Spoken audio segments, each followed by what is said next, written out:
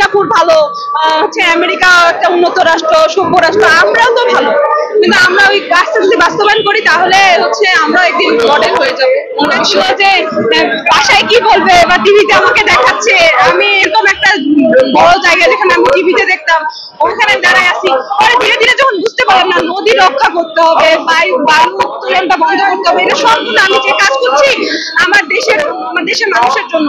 এবং এখানে কিন্তু আমরা কোনো টাকা পয়সা হচ্ছে মানে প্রজেক্ট নেই না, কিছু করি না, সম্পূর্ণটাই নিজস্ব অর্থায়নে আলমগীর কবির ভাইয়ের এবং ওনার যে সুবর্ণোত্তরীরা আছেন তারা আমাদেরকে যেটুকু সাহায্য করেন ওভাবেই চলে।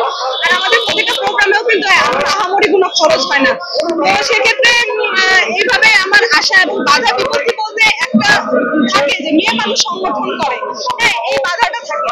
ধীরে ধীরে যখন দেখে যে না কার্যক্রম গুলা তো তার ভালো আছে, মোটিভ ভালো আছে, মানুষ বুঝতে একটু সময় নেই, এই আর কি। পরিবেশটাতেও এমন হয়েছে যে আমরা সবকিছু জানি, আমরা অনেক জ্ঞানী, কিন্তু আমরা না বাস্তবায়ন করতে চাই না।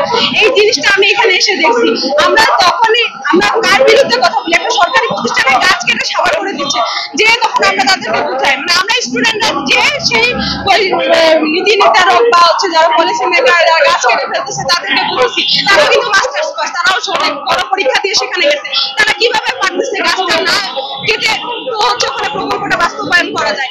যেমন মনে করেন আনোয়ারা পার্ক থেকে পান্থকুঞ্জ, এখানে সব সক্রিয়ভাবে আমরা আন্দোলন করেছি গ্রিন ভয়েস, অন্যান্য যে আরো সংগঠনগুলো আছে বাবা। তো এই আর কি বলার ছিল।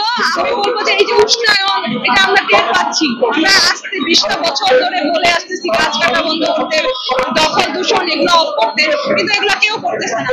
তো আমি চাইবো যে পরবর্তীতে এগুলো যেন অফ হয়ে যায় এবং আমাদের পরিবেশটা যেন আমাদের সুস্থ স্বাভাবিকভাবে ফিরিয়ে দেয়। আমরা এই বিষয়টা নিয়ে যথেষ্ট পরিমাণে হচ্ছে সচেতনতামূলক কাজ করেছি যাতে এটা না করে, তারপরে দেখা যায় মানুষ কেন যেন এই জিনিসটা বুঝতেছে না, মানে একটা জীবন চলে যাচ্ছে, একটা জীবন পৃথিবীতে আনতে কি পরিমাণ যে কষ্ট, তো যার যায় সেই বুঝে। এর জন্য এই অনুভবটা করার জন্য আমাদের বেশি বেশি করে ক্যাম্পেইনটা করা দরকার আমি মনে করি।